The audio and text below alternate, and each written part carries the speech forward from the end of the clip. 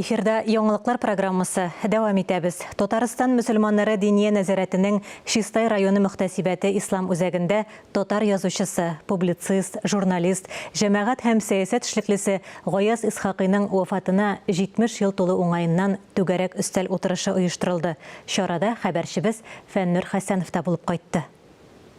Сәясәтче, җәмәгать эшлеклесе, татар милли хәрәкәте җитәкчесе, язучы, драматург, нәшир, мөхәррир, журналист, публицист Гаяз Исхакыйның вафатына 70 ел тулу уңаеннан оештырылган түгәрәк өстәлнең исеме яңарыш хәбәрчесе заман һәм традициялар дип аталды.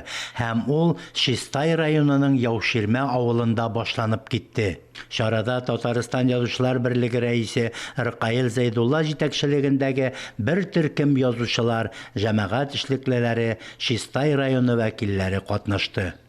Үзебезнең киләчәкне күрү өчен әзрәк тарихны белергә кирәк. Әгәр без тарихны белмәсәк, без киләчәкне төзә алмыйбыз. Шуның өчен Гаяз Исхакый аның кебек шәхесләр бездә бик сирәк булганнар. Шундый шәхесләрнең фикере бүгенге көндә бик кирәк. Кызганычка каршы Гаяз Исхакый торган сакланып калмаган, күптән юк. Менә шунда музейны менә монда яштырдык. Ул татар мәхитенә, татар культурасына багышланган, мәдәниятенә багышланган менә шундай бер музей безнең. Бергә утырып, түгәрәк өстәл артында безнең традицияларны саклау буенча, проблемалар буенча фикер алышырга җыенабыз. Кунакларны авылның тарихи бинасында эшләп килүче тарихи мемориал һәм этнографик комплексы алдында каршы алдылар. Кызганыч, Яуширмәдә әдипнең әтисе Гыйләҗетдин хәзрәтнең йорты сакланмаган. Бу ике катлы бина 1870-80 елларда Сәйфетдин байның кибете итеп ачылган.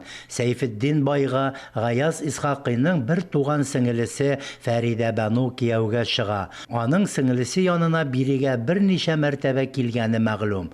Заманында шушы ике катлы бинаның беренче катында кибет, икенчесендә кунак бүлмәсе булган. Совет хөкүмәте вакытында биредә кибет халыкка хезмәт иткән. Музейда Гаяз Исхакыйның авыл, Шистай, Казандагы татар укытучылары мәктәбендә укуы, андагы даирә турында бай мәгълүмат бар. Экспозицияләр әдипнең иҗтимагый сәяси эшчәнлеге, төрмә һәм сөргөннәрдә уздырган гомере, Таң йолдызы, Ил, Сүз газеталарын чыгаруы хакында сөйли. Әдипнең үзе исән вакытта басылып чыккан китаплары, фоторәсемнәре һәм шәхесенә, иҗатына бәйле документларның төп һәм күчермә нөсхәләре дә саклана. Шунда ук Гаяз Исхакыйның эш өстәле, шәхси әйберләре дә урын алган. Татар халкының йөзек кашы, горурлыгы булырдай әлеге тарихи мемориал һәм этнографик комплекс хәзерге көндә яңадан төзекләндерүгә, заманча үзгәртеп коруга мохтаҗ.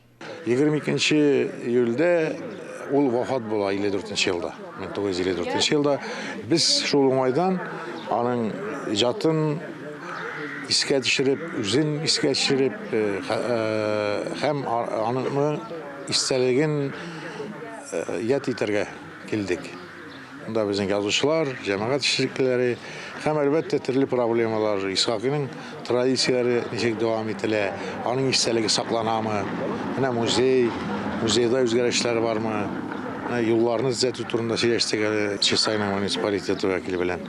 Аннан соң инде без Шистайда булабыз. Менә эш әкрен генә башланып китте.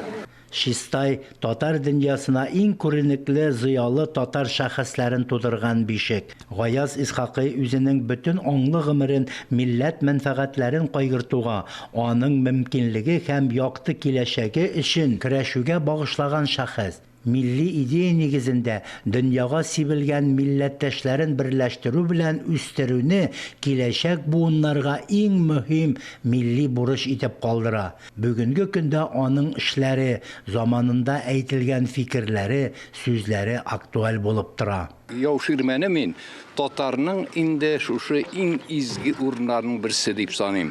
Чөнки бит менә безнең язучыларыбыз бар, җәмәгать эшлекләребез, галимнәребез бар. Исхакый буларның барсында бергә туплаган. Әле без аның менә шундый улулыгын тиешенчә аңлап та, бәяләп тә битермибез. Чөнки ул зур шәхес, зур эшлекле, ул бөтен яктан аның бер тармагы буенча гына күтәрсәң дә бик шушындый пьедесталга күтәрерлек зат. Чараны Татарстан Язучылар берлеге, Татарстанның Чистай районы, Чистай дәүләт тарихи архитектура һәм әдәби музей тыюлыгы, Чистай җирлек ара үзәк китапханәсе, Яуширмә авылы җирлеге җитәкчелеге белән берлектә оештырды. Фәннур Хәсәнов, Ирек Хәмидуллин, Татарстан яңалыклары.